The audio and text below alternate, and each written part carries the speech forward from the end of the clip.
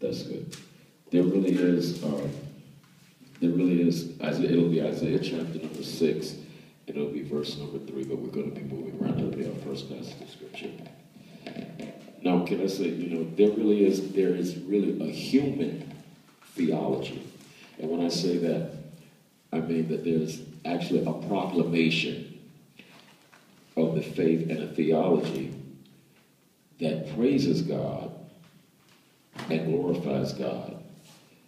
And in doing so, what happens is it says something about us as human beings and about our humanity. And I think we just need to just wrestle with that for a minute. Because one of the first things that I think we really need to come to grips with that may be a little vague in all of our minds is that the truth of the matter is that God really is all in all. Mm-hmm. And that's something that you as a born-again believer, that's one of the truths you should have thoroughly resolved in yourself. That first and foremost, before anything else, that God really is all in all. In other words, there's nothing alongside of God that would of itself be worthy of mention when the faith is proclaimed and all the theology that we do is done. That before anything else, just look at somebody and tell them, God really is all in all. God really He is. He's all in all. And in a very real sense, you can't say much of anything in regards to praise and worship except that God is all in all. And God is the eternal God, and he's God alone. That there's nothing that can be placed in the same category as God. There's nothing or no one that can begin to be compared with him. There's nothing that you can begin to set on the same level as God. No situation, no man, no circumstance, no woman, no job, no financial condition. God is, first of all, he's God alone, and he is all in all. He's the eternal God. He's the eternal God. Now, watch this. There's nothing before God. There's nothing that comes after God. And anything you might try to put alongside of God, what's going to happen is that it's going to wind up sinking in its own abyss of insignificance. And just think about that for a minute. Anything you would try to set on the same level as God is going to wind up sinking in its own insignificance. See, in theology and in faith, it's not that there's God and something else, but there's God and God all by himself. And if you came out of the old church like I did, I came out of the old Baptist church, and the mothers in the old Baptist church would always let you know he's God all by himself. There's nothing you can add to him. There's no supplement. There's no additive. He's God all by himself. And not only that, but there's only one true and living God, the one who is above all, and he's the one who is thrice holy. He's thrice holy. He's not just holy, he's thrice holy. Look at Isaiah chapter number 6, verse number 3. Isaiah got a peek into the throne room, and here's what he saw. Isaiah chapter 6, verse number 3, he begins the reading of God's divine holy word. It says, and one cried unto another and said, holy, holy, holy. You know the word holy. Holy means, one of the meanings of it, one of its generic basic meanings is different. So he's different or he's other. So he saw these winged creatures in heaven who were in the presence of God, and know what they were crying out. They were saying, holy, holy, holy, or that God is thrice holy, or God is thrice different. He's thrice other. Holy, holy, holy. It says, is the Lord of hosts. And the Lord of hosts means the God who is the commander-in-chief of the armies of heaven, men, and the constellations. He's the commander-in-chief. Whenever you see Lord of hosts, it means he's the commander-in-chief of the armies of men, the stars, and angels. Host of heaven, men, constellations. So now, he's holy, holy, holy is the Lord of hosts.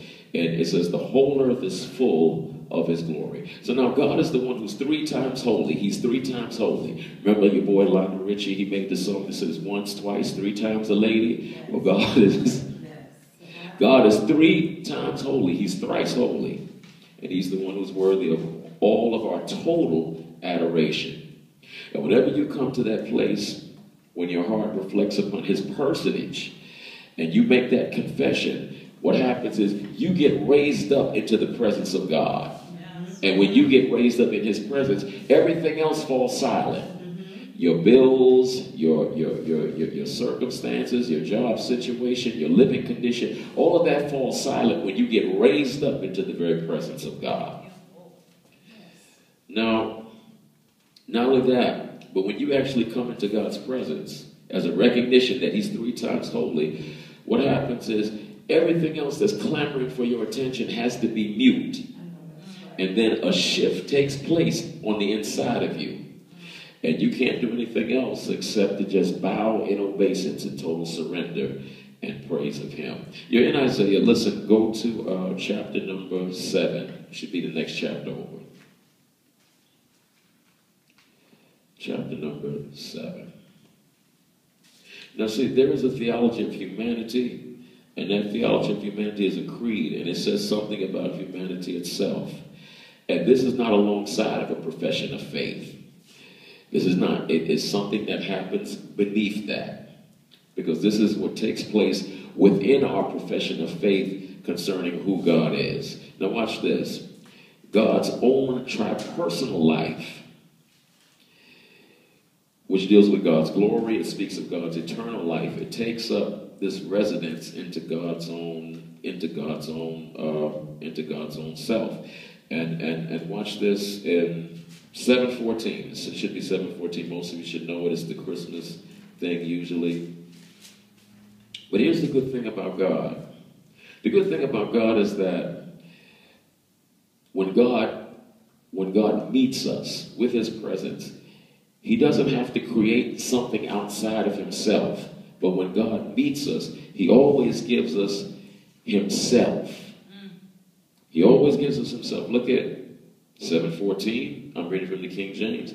It says, therefore the Lord shall give you a sign.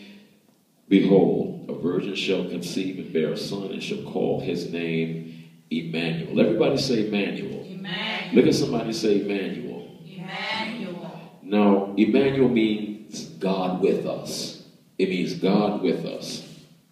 And so, when God blesses us, God gives us his own self. God comes with us. He comes to meet us right where we are.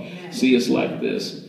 God, in his presence, he comes and he meets us right in the midst of our situation. God said, I don't want to be apart from you. God said, I want to be with you. And God says, my will is not just to deal with you from a long distance. God said, what I want to do, my original intent is to come and meet you right where you are. Whatever's going on in your life, I want to be right there, smack dab in the middle of it. That's how I want to deal with you. I want to deal with you through divine encounters. I don't want to deal with you from a long distance. God said, we're not going to play, we're not going to do this long distance love affair. God said, that's not how it's going to be. But God says, I'm going to meet you right where you are. See, God says, I'm not going to remain aloof and detached from you. God said, that's not how I do you. I'm not going to be long distance. But God says, I'm going to show up. And when I show up, I'm going to come and watch this. I'm going to give you myself. When I meet you, I'm going to come and I'm going to hit you with my presence. I'm going to come and meet you myself right where you are. Now, go to 1 Timothy chapter number 3. 1 Timothy chapter number 3 in the New Testament. 1 Timothy chapter number 3. Now God meeting us, God being with us, God coming to meet us right where we are, it's a mystery. It's a mystery. It's not easy to explain. It is not really even something to understand. And you don't really have to understand it. All you got to do is stand under it. You don't have to understand it. All you have to do is stand under that mystery. But it's a mystery. It is a mystery. It's a